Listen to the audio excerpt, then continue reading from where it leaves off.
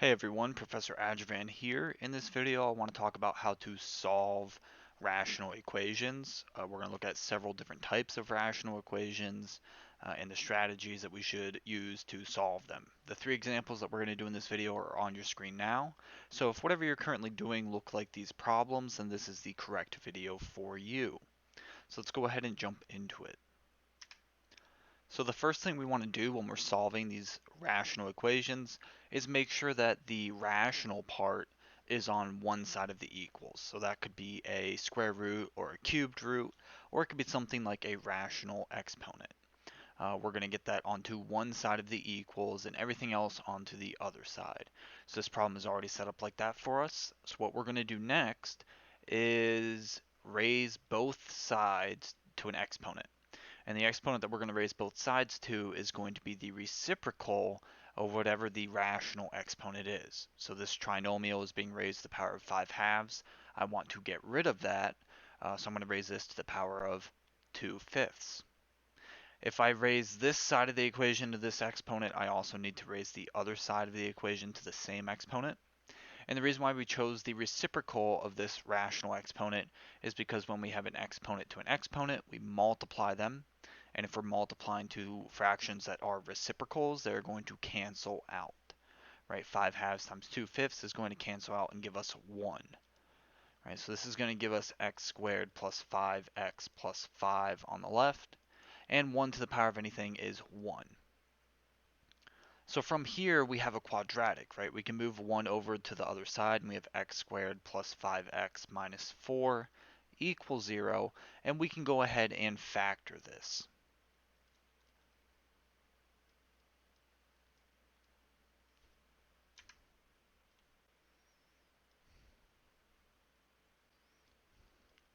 So once we have it factored, we can apply the zero product property to solve both factors when they're equal to 0. So we get x is equal to -1 and x is equal to -4. Now we shouldn't just say that both of these are our answers. We want to verify and make sure that both of these answers work. Because when we go ahead and we raise things to an exponent, we might be undoing part of the restricted domain. Right, so one of these answers might end up giving us something that doesn't actually work, right? They might not be in the domain of the original function. So we should check them. So what we're going to do is take this -1 and plug it back into the equation.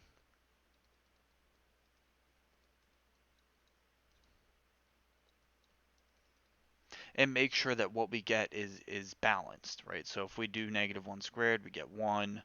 5 times -1, -5 plus 5. This is to the power of 5 halves. Well, this is going to give us 1 to the 5 halves equals 1, and 1 to the power of anything is going to be 1, right? So we get 1 equals 1. This works. This is a solution to the equation. We've checked it and made sure it works. We can do the same thing with the other one. We can plug in -4.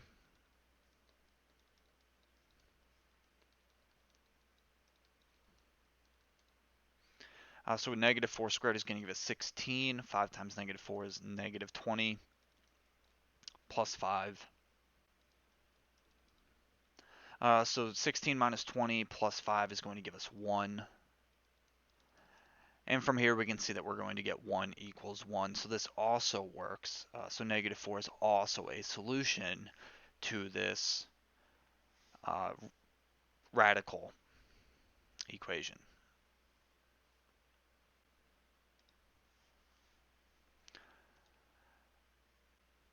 Okay, so from here, if we look, we have a exponent on both sides, right? But the rational exponent, our radical, is on the left. So we have x plus 18 is to the power of 3 halves is equal to x minus 2 to the power of 3. Now the exponent that we are going to get rid of is the rational exponent, this 3 halves. We want to raise both sides to the power of 2/3, the reciprocal of that 3 halves. And we're going to do this to both sides. Right, so 3 halves to times 2/3 is going to cancel. It's going to become an exponent of 1, leaving us with x plus 18.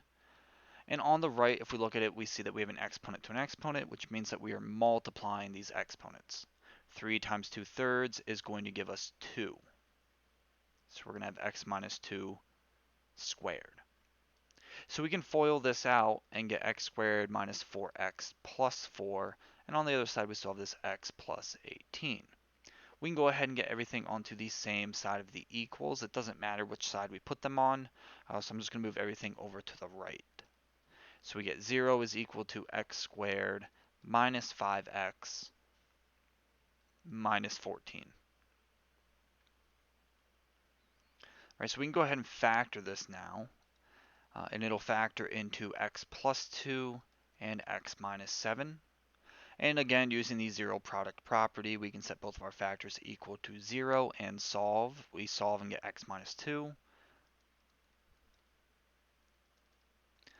And we get x is equal to 7. Again, I want to take both of these and plug them into the original equation to make sure we don't have any extraneous solutions. So if we plug in negative 2 first,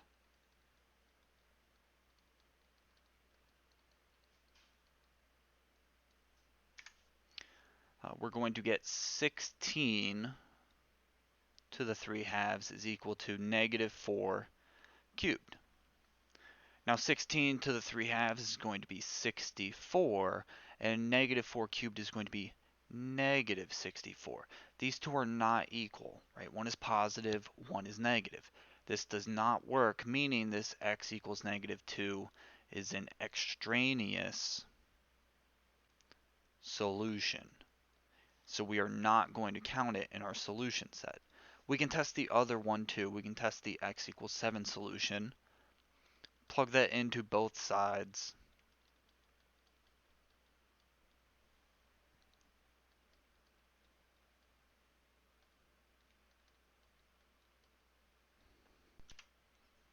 Now 25 to the 3 halves is going to be equal to 125, and 5 cubed is also 125. So 125 is equal to 125. That is a true statement. They are the same numbers.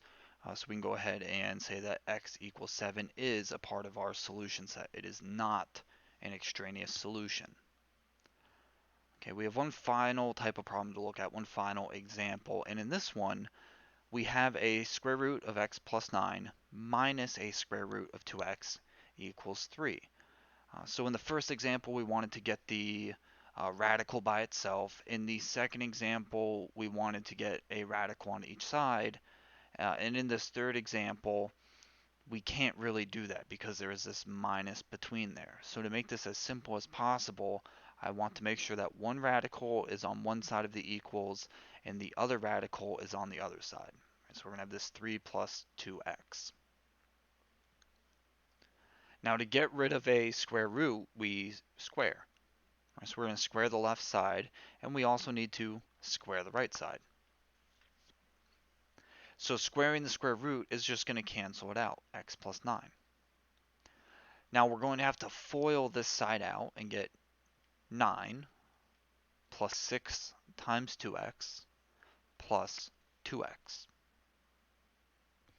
So now I still have a square root in here. So I'm going to get everything that is not a square root to the other side of the equation. Right, I'm going to subtract the 9 over, and I'm going to subtract the 2x over. Right, so we're going to get negative x is equal to 6 times the square root of 2x. So from here, I want to go ahead and get rid of this square root, and we can get rid of it by squaring both sides. And if we do negative x squared, we're going to get positive x squared. And this squared needs to distribute to both of these terms, meaning we need to have 6 squared and we need to have the square root of 2x squared. Right, so we have x squared is equal to 6 squared is 36. And the square root and the squared are going to cancel out, leaving us with 2x. So this is going to give us x squared is equal to 2 times 36 is 72x. If I get these onto the same side of the equals, right, x squared minus 72x is equal to 0, we can now factor. So we can factor out an x. And then we can solve. So we get x is equal to 0 and x is equal to 72. And we can plug these in to make sure that we're not going to get anything that is outside of the domain, but we're plugging in 0 and a positive number. So if we plug in 0 here, we're going to have the square root of a positive number. Plugging in 0 here, we're going to have the square root of 0. Plugging in 72 into both of these radicals, we're going to have the square root of positive numbers. So we're not going to get anything outside of the domain. So both of these answers are going to work. They are not going to be extraneous solutions. If this video was helpful, please consider liking it and subscribing to the channel for more math content. Thanks for watching, good luck, and we'll see you in the next one.